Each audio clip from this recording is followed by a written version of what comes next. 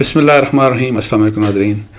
عمران خان کا کس سے جھگڑا ہوا، اس موضوع کے اوپر بات کروں گا. اس کے ساتھ ساتھ پی ٹی آئی میں اور عمران خان صاحب کی طرف سے ابھی بھی یہ امید کی جا رہی ہے کہ ابھی بھی سپریم کورٹ آف پاکستان کی طرف سے کوئی اس قسم کا آرڈر آ سکتا ہے کہ عمران خان صاحب الیکشنز میں حصہ لے لیں.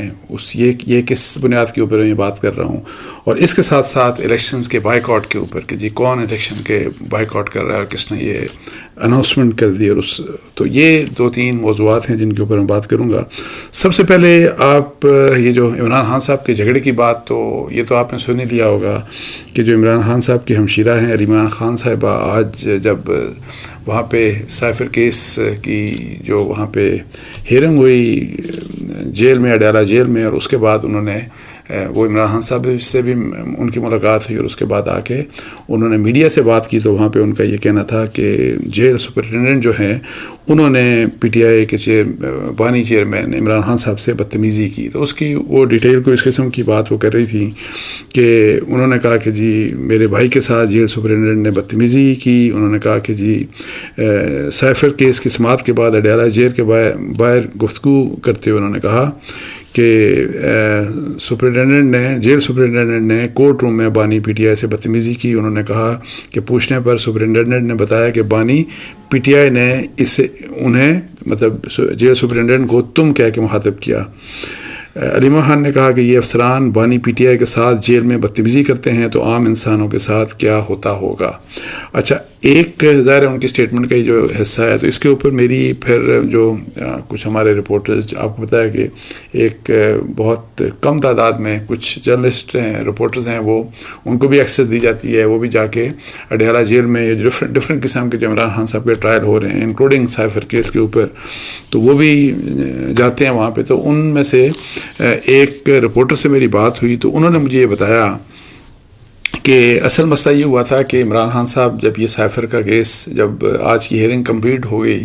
تو اس کے بعد عمران خان صاحب میڈیا سے بات کرنا چاہ رہے تھے، اور جب انہوں نے میڈیا کے ساتھ انٹریکشن سٹارٹ کیا تو وہاں پہ جو جیل سپرنٹینڈنٹ تھے انہوں نے کہا کہ آپ میڈیا سے بات نہیں کر سکتے. تو انہوں نے کہا کہ جی میں تو بات کروں گا، تم کون ہوتے ہو مجھے روکنے والے. تو یہ مطلب ہے کہ انہوں نے کہا، تو اس کے اوپر جیل سپرنٹینڈنٹ نے کہا کہ جی آپ جیل کسٹڈی میں ہیں، آپ ایک ظاہر ہے آپ جیل کسٹڈی میں ہیں اور آپ کو بات کرنے کی، میڈیا سے آپ کو انٹریکشن کی کوئی اجازت نہیں ہے. تو اور یہ کہ جی عمران خان صاحب نے کہا کہ تم کون ہوتے ہو، مجھے تو عدالت نے اجازت دی ہوئی ہے اس کی. تو اس کے اوپر انہوں نے جیل سپرنٹینڈنٹ نے کہا کہ عدالت نے کوئی اس قسم کا حکم نہیں دیا اور آپ اس لیے بات نہیں کر سکتے. اور اس کے بعد انہوں نے جیل سپرنٹینڈنٹ جو ہے وہاں پہ جو ڈی آئی جی شاید ہوتے ہیں، کوئی ڈی آئی جی جیل میں وہاں پہ وہ بھی آئے، اور انہوں نے اس کے بعد جو جرنلسٹ تھے وہاں پہ میڈیا کے جو لوگ تھے ان کو وہاں سے باہر نکال دیا. اس کے بعد پھر کس قسم کی بات ہوئی ہوگی یا کیا کچھ نہیں ہوا ہوگا، لیکن جس قسم کی جو انٹریکشن ہوئی ہے، جو جھگڑے کی نوعیت تھی وہ اس قسم کی تھی. اور یہ جو میرا خیال ہے کہ علیمہ خان صاحبہ کہہ رہی ہیں نا کہ جو اس کے جیل سپرنٹینڈنٹ جو ناراض ہوئے کہ جی تم کر کے، ان کو ظاہر ہے انہوں نے بات کی ہوگی تو ان کو ہو سکتا ہے انہوں نے کہا ہو کہ جی عمران خان صاحب نے مجھے تم کہہ کے کہا. لیکن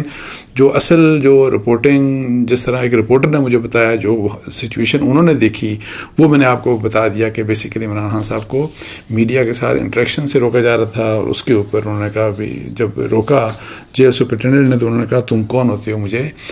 اس سے روکنے والے، ان سے بات کرنے سے. تو اس کے اوپر پھر ظاہر ہے اس نے وہی جو میں نے آپ کو بات بتائی کہ انہوں نے کہا کہ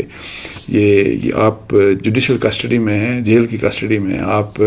میڈیا سے انٹریکٹ نہیں کر سکتے. اور یہ کہ جی عمران خان صاحب نے عدالت کی بات کی، اور عدالت کے اوپر بھی پھر انہوں نے کہا کہ عدالت کا کوئی اس قسم کا حکم نہیں ہے کہ جی آپ جو ہے وہ میڈیا کے ساتھ آپ بات چیت کیا کریں گے. اچھا، اب یہ ہے کہ جی جو علیمہ خان صاحب نے جب باہر آ کے بات کی تو انہوں نے پھر ایک اور بات امپورٹنٹ کی. ایک تو خیر یہ جو ایشو ٹچ ہو گیا، اس کے بعد انہوں نے سپریم کورٹ آف پاکستان سے بلکہ چیف جسٹس سے انہوں نے درخواست کی، انہوں نے اپیل کی کہ عمران خان صاحب کا جو کیس ہے، ان کی جو ڈسکوالیفیکیشن کا تو شاہانہ کا جو کیس تھا، آپ کو پتہ ہے کہ اس کیس میں ان کو کہ جی وہ کنوکشن ختم کی جائے اور تاکہ وہ الیکشن لڑیں. وہ سپریم کورٹ آف پاکستان میں پی ٹی آئی کے جو وکیل ہیں یا جو عمران خان صاحب کے وکیل ہیں انہوں نے اپیل دائر کی ہوئی ہے. تو ان کا یہ کہنا تھا کہ جی 3 ہفتے ہو گئے کہ وہ اپیل دائر ہے، تو اس کے اوپر ہم ڈیمانڈ کرتے ہیں چیف جسٹس سے کہ وہ اس اپیل کو سنیں تاکہ عمران خان صاحب الیکشن لڑ سکیں. تو انہوں نے جو بات کی وہی والی جو ان کی جو جس قسم کی رپورٹنگ ہوئی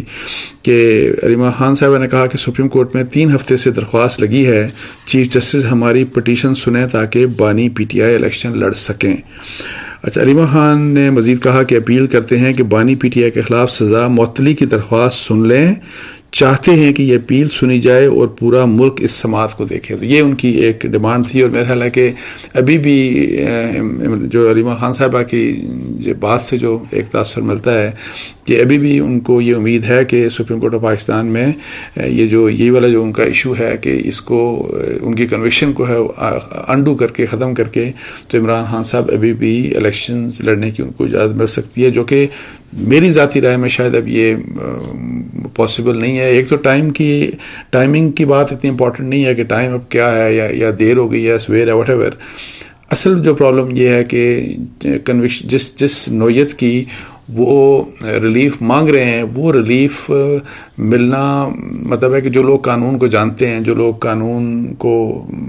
لوگ اس قسم کے کیسز میں جنہوں نے کورٹس میں مختلف قسم کے کیسز کو ڈیل کیا، ان کا یہ کہنا ہے کہ اگر فرض کریں کہ سزا معطل ہو تو کنوکشن ختم نہیں ہوتی، اور کنوکشن ختم اس وقت ہوتی ہے جس وقت جو بھی فرض کریں کہ ٹرائل کورٹ کی جو اپیل جو ججمنٹ ہوتی ہے اس کی اپیل کو میرٹس کے اوپر سنا جاتا ہے. تو میرٹس کے اوپر تو اسلام آباد ہائی کورٹ نے اس کیس کو سنا ہی نہیں تھا، اور پھر جب اسلام آباد ہائی کورٹ نے میرٹ کے اوپر اس کیس کو نہیں سنا تھا تو انہوں نے صرف جو ہے جو ان کی سزا کی تھی، جو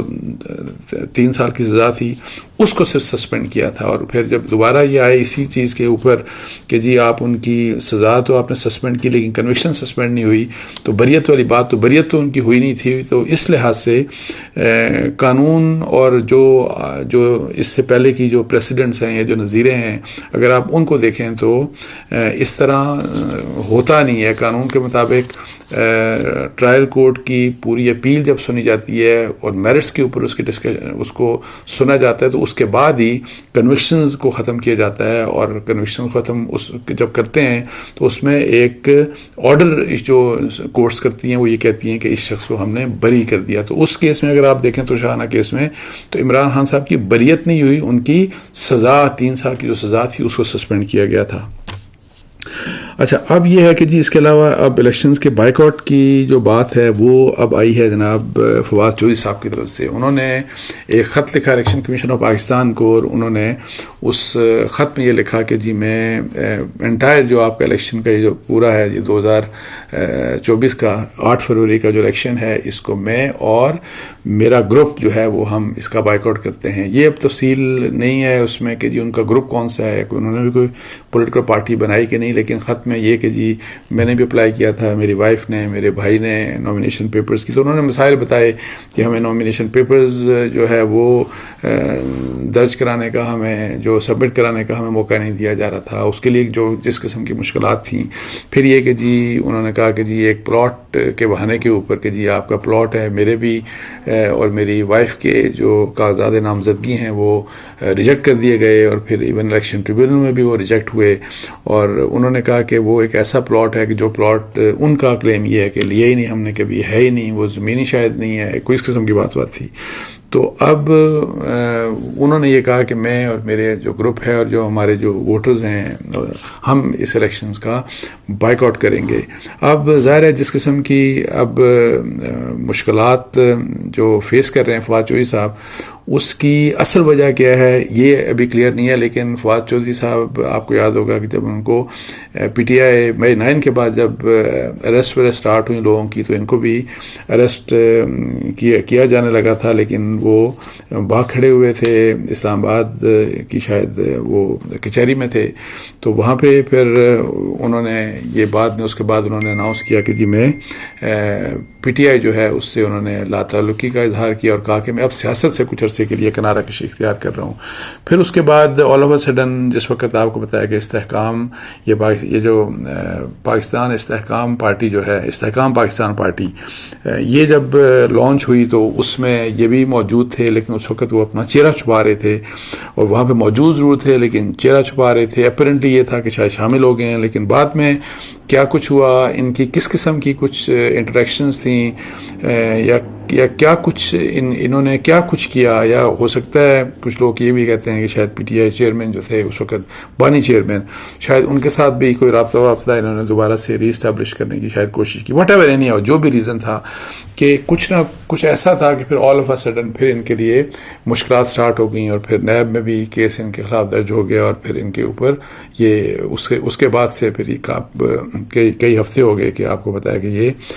انڈر اریسٹ ہیں. اور اسی بنیاد کے اوپر پھر جب انہوں نے الیکشن لڑنے کی اناؤنسمنٹ کیا، انہوں نے بھی، ان کے وائف نے بھی، پھر ان کے بھائی بھی جمع کرانا چاہ رہے تھے، تو ان سب کے لیے ظاہر ہے وہ نامینیشن پیپر ان کے ریجیکٹ ہوئے. اور پھر آج فواد چوہدری صاحب نے یہ اناؤنس کر دیا کہ وہ ان الیکشنز کا بائیکاٹ کر رہے ہیں کہ جس طریقے کے یہ الیکشنز ہو رہے ہیں. تو یہ 2-3 ایشوز تھے جن کے اوپر میں نے سوچا آپ سے بات کر لوں. اس کے ساتھ ہی مجھے اجازت دیجیے. جزاک اللہ. السلام علیکم ورحمۃ اللہ.